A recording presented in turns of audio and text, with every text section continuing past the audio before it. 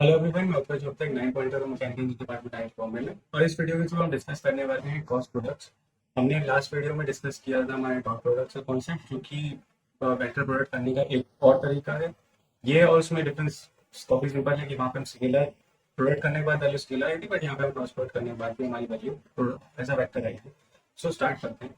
Start करने से पहले हम ये चीज डिस्कस कर लेते हैं कि इसका नीड कहाँ कहाँ पे है। इसके हम जो बेसिक कॉन्सेप्ट्स और डेफिनेशंस यहाँ पे पढ़ेंगे, वो सब चीज़ें इसी जो डोमेन इंजीनियरिंग मैकेनिक्स को देख रहे हैं उसमें काफ़ी ज़्यादा इंपॉर्टेंट है। काफ़ी ज़्यादा यूज होता है, काफ़ी सारी क्वांटिटीज़ हैं जो इसके इसी प्रोडक्ट के टर्म्स में डिफाइंड होती है। सो इसलिए बेसिक्स क्लियर होना काफ़ी इंपॉर्टेंट है। साथ ही साथ कई और अलग अलग डोमेन्स में भी हमारे पास क्रॉस प्रोडक्ट का काफ़ी ज़्यादा इस्तेमाल होता है। इस पर्सपेक्टिव से भी ये काफ़ी इंपॉर्टेंट टॉपिक है।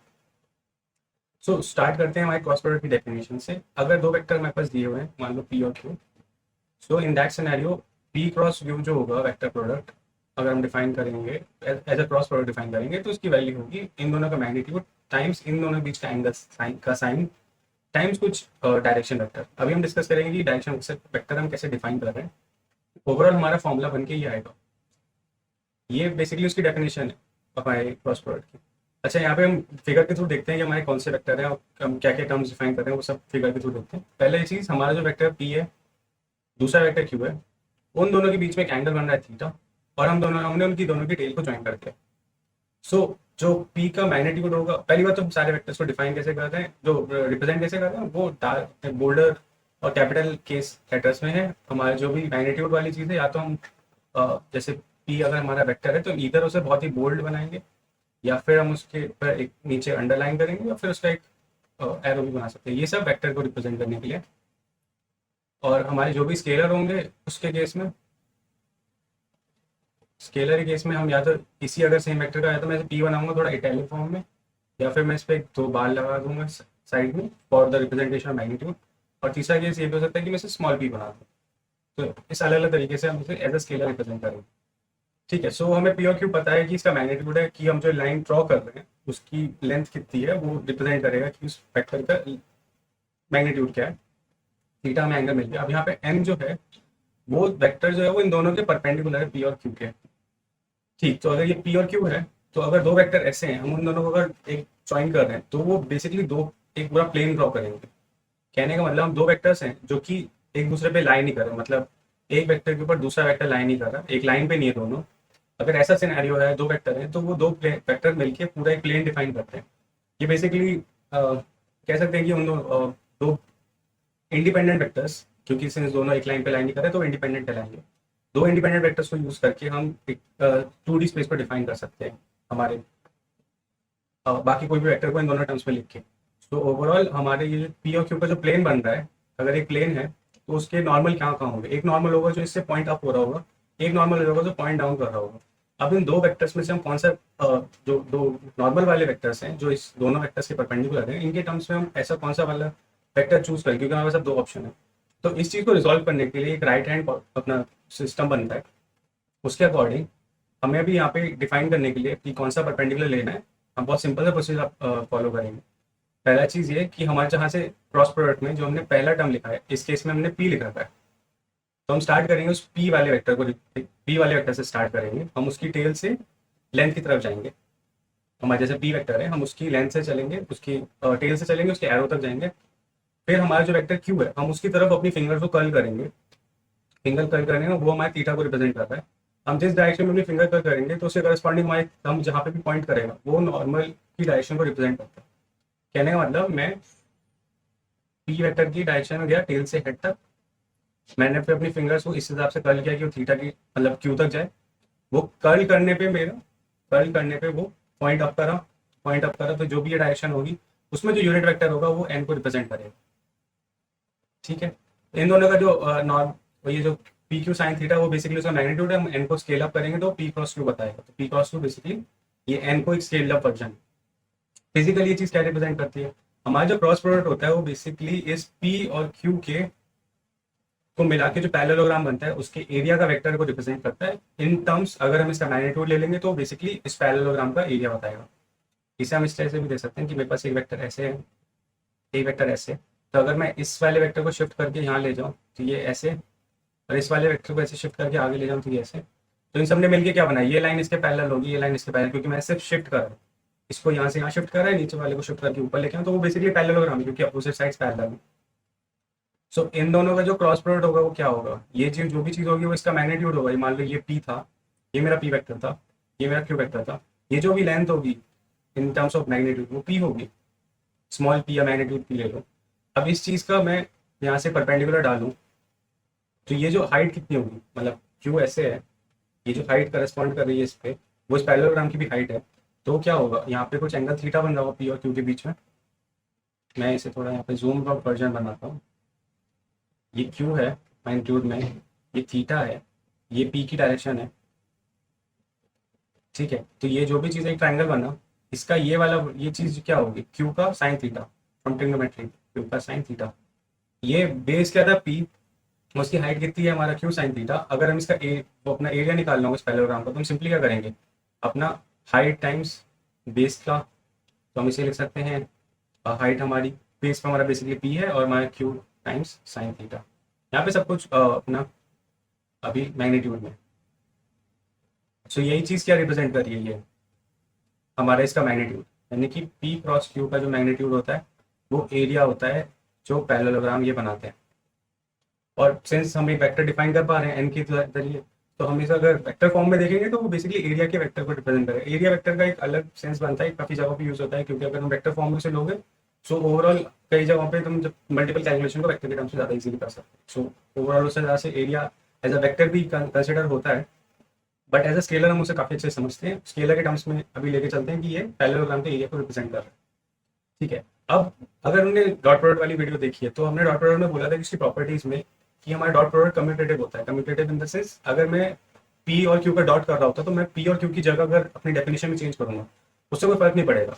बट यहाँ पे इस चीज़ का फर्क पड़ता है कि हम किस चीज़ को पहले लिख रहे हैं इन आर क्रॉस प्रोडक्ट।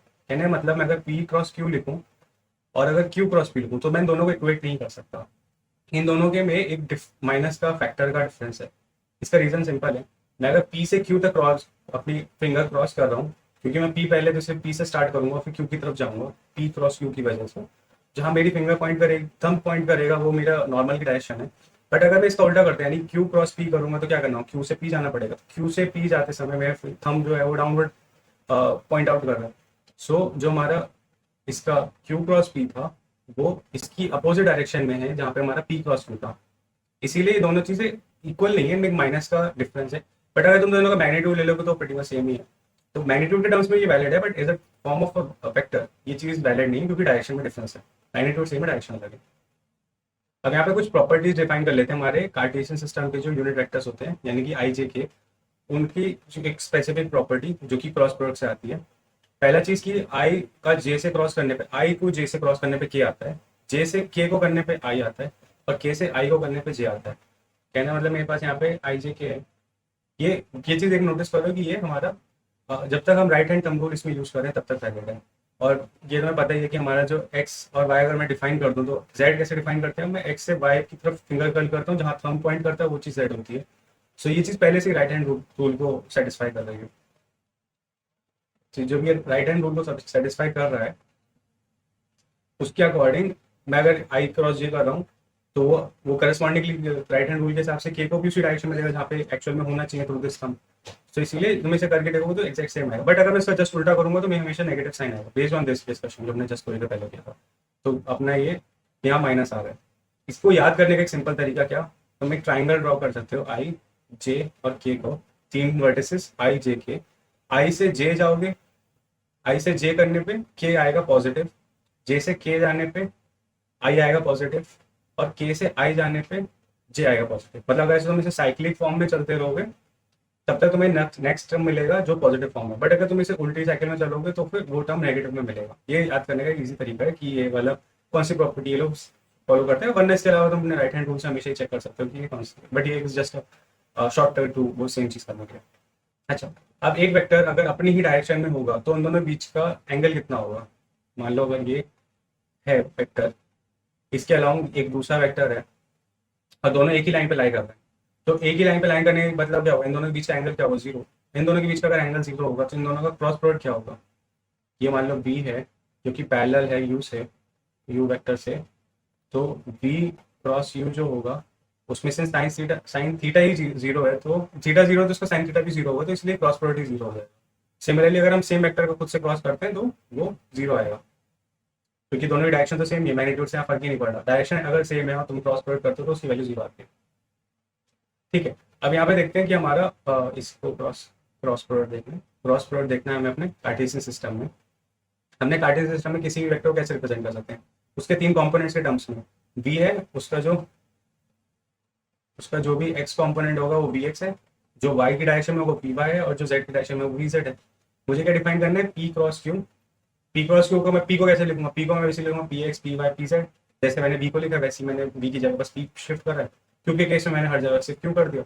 अब मुझे इन दोनों क्रॉस करना है, तो मैं पहला वाला टर्म लूंगा यहाँ पे i, px के संग जो i है, i का i से करूंगा क्रॉस तो वो जीरो होगा, तो वो टर्म आएगा नहीं। i का जब मैं j के संग करूंगा तो i j पॉजिटिव होता है, मतलब यहाँ से देख सकते हैं i j k, i का j से करने पे k पॉजिटिव आएगा, इसीलिए यहाँ पे px और qy, px just second, px और qy हमारा पॉजिटिव k में आएगा। हमारे इस टाइप से हम जब इसे z i और k का करेंगे तो क्या होगा, i से k कर रहे हैं तो हम इस डायरेक्शन में जा रहे हैं, तो अगर ये जा रहे हैं तो हमारे माइनस में आएगा, क्योंकि हम शायद अपनी डायरेक्शन चेंज कर रहे हैं, काउंटर क्लॉकवाइज जा रहे हैं, जबकि हमें क्लॉकवाइज जाना चाहिए था, तो हम हमारा जो j आएगा वो नेगेटिव होगा, तो j में नेगेटिव आएगा, टर्म क्या होगा q px और हमारा qz, px और qz माइनस का माइनस j।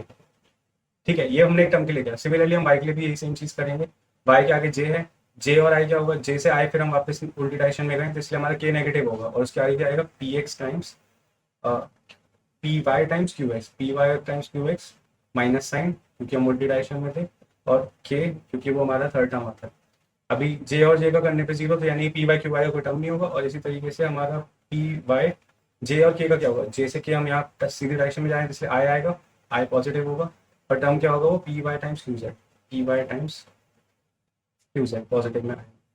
इस तरीके से जेड का भी कर सकते हो, सेम टाइप से तुम्हारे पास इन टोटल 6 टर्म बचेंगे, तीन तीन के प्रोडक्ट थे तो 9 टर्म्स आने चाहिए थे, इनमें से वाले टर्म्स नहीं है जहाँ पे दोनों का ही जो सब्सक्रिप्ट है वो सेम है, यानी कि पी एक्स नहीं है, Q P Y Q Y नहीं है, इसी तरह से पी जेड क्यू जेड नहीं है, बाकी सारे टर्म्स एग्जिस्ट कर रहे हैं और उनके साइन अकॉर्डिंगली है, जिस टाइप से हमारा राइट हैंड रूल जस्टिफाई कर सकते हैं। इसी चीज़ को एक इसी तरीके से लिखने का तरीका है वो है डिटर्मिनेंट की फॉर्म में लिखना। डिटर्मिनेंट की फॉर्म में हम क्या करते हैं, पहले आई जे के रिप्रेजेंट कर दो, यहाँ पे पी के सारे कंपोनेंट्स लिखो, P X P Y P Z, इसके लास्ट वाली रो में P Q Y Q X Q Y Q Z सारे एज इट इज लिखना है। अब यहाँ पे क्या होता है, डिटर्मिनेंट सॉल्व करने के लिए यहाँ पे जो भी चीज़ होती है इसके आगे का जो कोफिशिएंट होता है वो प्लस में होता है, ये इसके आगे जो होगा तो माइनस होता है, और इसके के आगे जो होगा वो फिर से प्लस होगा। तो मैं जो आई के आगे होगा, आई के आगे मुझे क्या करना हो, इनका ये वाली रो हटानी है, अगर मैं आई का निकालूँ ये वाली रो निकालनी है, बस इसको देखना है। तो इसमें मुझे क्या करना है, इस दोनों का क्रॉस माइनस इन दोनों का क्रॉस, मतलब पहले वाले से चल के डायगनल जाना है, वो क्रॉस करने पे मल्टीप्लाई करने पे उसके बाद जो दूसरा वाला डायगनल है उसमें जो मल्टीप्लाई के टर्म्स आएंगे उनको सब्ट्रैक्ट करना है।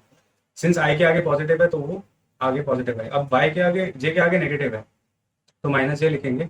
अगेन सेम चीज, अब यहाँ पे जे के टर्म्स करस्पॉन्डिंग क्रॉस करना है, तो हमारे पास ये बचेगा और ये दोनों बचेंगे, तो हमारे पास जो भी होगा हम इनका क्रॉस करेंगे, यानी कि P x times Q Z, यानी कि ऐसे से ऐसे, और क्यू वाई टाइम्स, मतलब थोड़ा मेस्ड अप है ओवरऑल, मतलब पिक्चर यही है कि तुम्हें डिटर्मिनेंट सॉल्व करना आता है, बहुत सिंपल प्रोसीजर है, उसके थ्रू तुम इसको ज़्यादा इजीली कर सकते हो इन कंपैरिजन टू ये याद करना कि मुझे आई का जे से करना है, फिर वो काफ़ी थोड़ा ज़्यादा टाइम कंज्यूमिंग है। इसके टर्म्स में डिटर्मिनेंट का प्रोसीजर काफ़ी ईजी, ये तरीका है कार्टेशियन के टर्म्स में क्रॉस प्रोडक्ट को रिप्रेजेंट करने। अब बात करते हैं कुछ प्रॉपर्टीज़ की हमारे क्रॉस प्रोडक्ट की। यहाँ पे शुरुआत करते हैं हमारे साइन थीटा को कैसे डिफाइन करें। हमने क्या लिखा था कि हमारा जो पी क्रॉस क्यू था वो था P Q sine theta M cap, जहाँ पे एन हमारा डायरेक्शन का बताने वाला वेक्टर था। मैं क्या करूँगा, दोनों तरफ मॉड ले लूंगा, तो ये इस चीज़ का पूरे का मॉड हो जाएगा। पी क्यू साइन थीटा पहले से ही स्केलर है तो उससे मॉड से कोई फर्क नहीं पड़ता, तो P Q sine theta as it is रहेगा। एन का मॉड जो होगा, क्योंकि यूनिट वेक्टर है तो उसका मैग्नीट्यूड 1 होता है, तो ये चीज़ 1 आ गई, तो मेरे पास ओवरऑल बचा पी क्यू साइन। अब मैं अगर मेरा पी क्यू का product P Q not equal to zero, तब मैं क्या कर सकता हूँ, इसे डिनोमिनेटर में ले जा सकता हूँ, तो मैं चीज़ क्या लिखूंगा, साइन थीटा टाइम्स ये चीज़, यानी कि पी क्रॉस क्यू का मॉड और डिवाइड बाय उन दोनों के मैग्नीट्यूड का प्रोडक्ट, पी क्यू नीचे आ गया, तो मैं साइन थीटा को इस टर्म्स में लिख सकता हूँ। अब मुझे पी क्यू मैंने कैसे डिफाइन किया था, पी क्रॉस क्यू मैंने पहले ही लिख रखा है डिटर्मिनेंट की फॉर्म में, आई जे के, यहाँ पे P X P Y P Z, और नीचे Q X Q Y Q Z, बाकी सॉरी इसका फिर तुम्हें क्या करना है, मैग्नीट्यूड लेना है, इसका भी तुम्हें एब्सोल्यूट वैल्यू लेनी है। एब्सोल्यूट वैल्यू ऑफ बोथ, जो भी कुछ आएगा उसका बस मॉड ले लो और फाइनली तुम्हारे पास ऊपर की क्वांटिटी आएगी। अब पी और क्यू इंडिविजुअली कैसे आएगा? पी और क्यू बेसिकली मैग्नीट्यूड है, तुम्हारे पास अगर वेक्टर पहले से ही था तो पी जो होगा वो होगा under root P X square plus P Y square plus P Z square. Similarly P की जगह क्यू डालो, पूरी इक्वेशन में तुम्हारे पास क्यू भी आएगा। तो तुम्हें ये सारे टर्म्स पता है, तुम साइन थीटा निकालो, कहने का मतलब तुम क्रॉस प्रोडक्ट से दो एंगल के बीच डायरेक्टली साइन थीटा निकाल सकते हो। सो इन सिनेरियो अगर तुम्हारे पास तुम्हें बहुत ही जल्दी अगर साइन की वैल्यू चाहिए बट यू डोंट विश और वेक्टर्स के टर्म्स में तुम्हें दे रखा है, तो cross product is a good way to do that. यही चीज अगर तुम्हें कॉस थीटा निकालना होता है तो ज्यादा बेटर है डॉट प्रोडक्ट ले लो। So these are the thing कि तुम टाइम उसमें बचा सकते हो। अगर क्रॉस प्रोडक्ट तो भी थोड़ा टाइम जाता है, डॉट प्रोडक्ट ज्यादा ईजी है, तो कॉस थीटा वहां से निकाल के भी साइन थीटा निकाल सकते हो, but still you have another way कि तुम डायरेक्टली साइन थीटा निकाल सकते हो। अब यहाँ पे एक लास्ट प्रॉपर्टी डिस्कस कर लेते हैं, वो है डिस्ट्रीब्यूटेड लॉ। डिस्ट्रीब्यूटेड लॉ क्या कहता है कि तुम एक वेक्टर है और तुम्हारे पास दो अलग वेक्टर थे, तुम उनका सम करके एक नया वेक्टर बनाओगे, क्योंकि ये वेक्टर सम करेंगे। तो अगर मान लो पी एक ऐसा वेक्टर है और क्यू और आर दो ऐसे वेक्टर थे, क्यू और आर का सम क्या हुआ, कुछ एक नया वेक्टर बना के देगा। ये दोनों वेक्टर अलग वेक्टर हैं, ये पी है, ये क्यू है, ये आर है, तो ये पी प्लस ये क्यू प्लस आर है। मुझे क्या चाहिए कि मैं क्यू और आर का जो सम के जो वेक्टर आ रहा है उसका प्रोडक्ट करूँ, क्रॉस प्रोडक्ट करूँ पी से। इसको करने से अच्छा, मतलब दोनों का सम पहले निकालने के बाद करने से, मैं ऑल्टरनेटिवली एक और चीज़ कर सकता हूँ कि मैं पहले ही इंडिविजुअली इनका क्रॉस प्रोडक्ट कर दूँ, पी का क्यू से क्रॉस प्रोडक्ट कर दूँ और फिर पी का आर से क्रॉस प्रोडक्ट कर दूँ और दोनों को सम कर दूँ। अब ये चीज़ सेंस कैसे बनाती है, क्योंकि पी का और क्यू का मतलब मैं भी यहाँ मान के चल रहा हूँ कि ये तीनों एक ही प्लेन पर है बट एक लाइन पे नहीं है। तो पी और क्यू का जो क्रॉस प्रोडक्ट होगा वो क्या होगा, प्लेन के बाहर होगा। सिमिलरली जो पी और आर का क्रॉस प्रोडक्ट होगा वो प्लेन के बाहर होगा। तो इसमें जो भी चीज़ रहेगी, मैग्नीट्यूड अगर साइड कर दो तो जो डायरेक्शन होगी वो या तो दोनों सेम डायरेक्शन होगी या फिर बस एंटी पैरेलल होंगे। ओवरऑल मैं उसे डायरेक्टली सम कर सकता हूँ मैग्नीट्यूड का। तो यहाँ पे मैं पी क्यू और इसका सम को डायरेक्टली मैं सम कर मतलब इंडिविजुअली सम कर सकता हूँ। सिंस क्यू और आर का जो वो वेक्टर जो भी आएगा वो भी इसी प्लेन पे लाई कर रहा होगा, उसका क्रॉस भी जो प्रोडक्ट क्रॉस प्रोडक्ट करेंगे वो जो आएगा यूनिट वेक्टर वो परपेंडिकुलर होगा इसके हमारे जो आर एच एस में टर्म्स आ रहे हैं उनके उन्हीं के परपेंडिकुलर, क्योंकि सब एक ही प्लेन पे लाई कर रहे हैं। तो नॉर्मल या तो ऊपर होगा या नीचे होगा। ये सॉल्व करके देखना उसका एक्जैक्टली तुम्हें सेम चीज आएगी डिस्ट्रीब्यूटेड लॉगरिथम, क्रॉस चेक कि इसकी वैल्यू सही आती है नहीं। इसके संग मैं इस वीडियो को एड करता हूँ। I hope you enjoyed this video. इस वीडियो में हमने काफी सारी चीज डिस्कस करी रिगार्डिंग द क्रॉस प्रोडक्ट कैसे यूज होता है, कैसे उसकी डेफिनेशन है, प्लस उसकी एक दो प्रॉपर्टीज भी देखी है। हम आगे वेक्टर्स का डिस्कशन कंटिन्यू करेंगे। See you in the next video.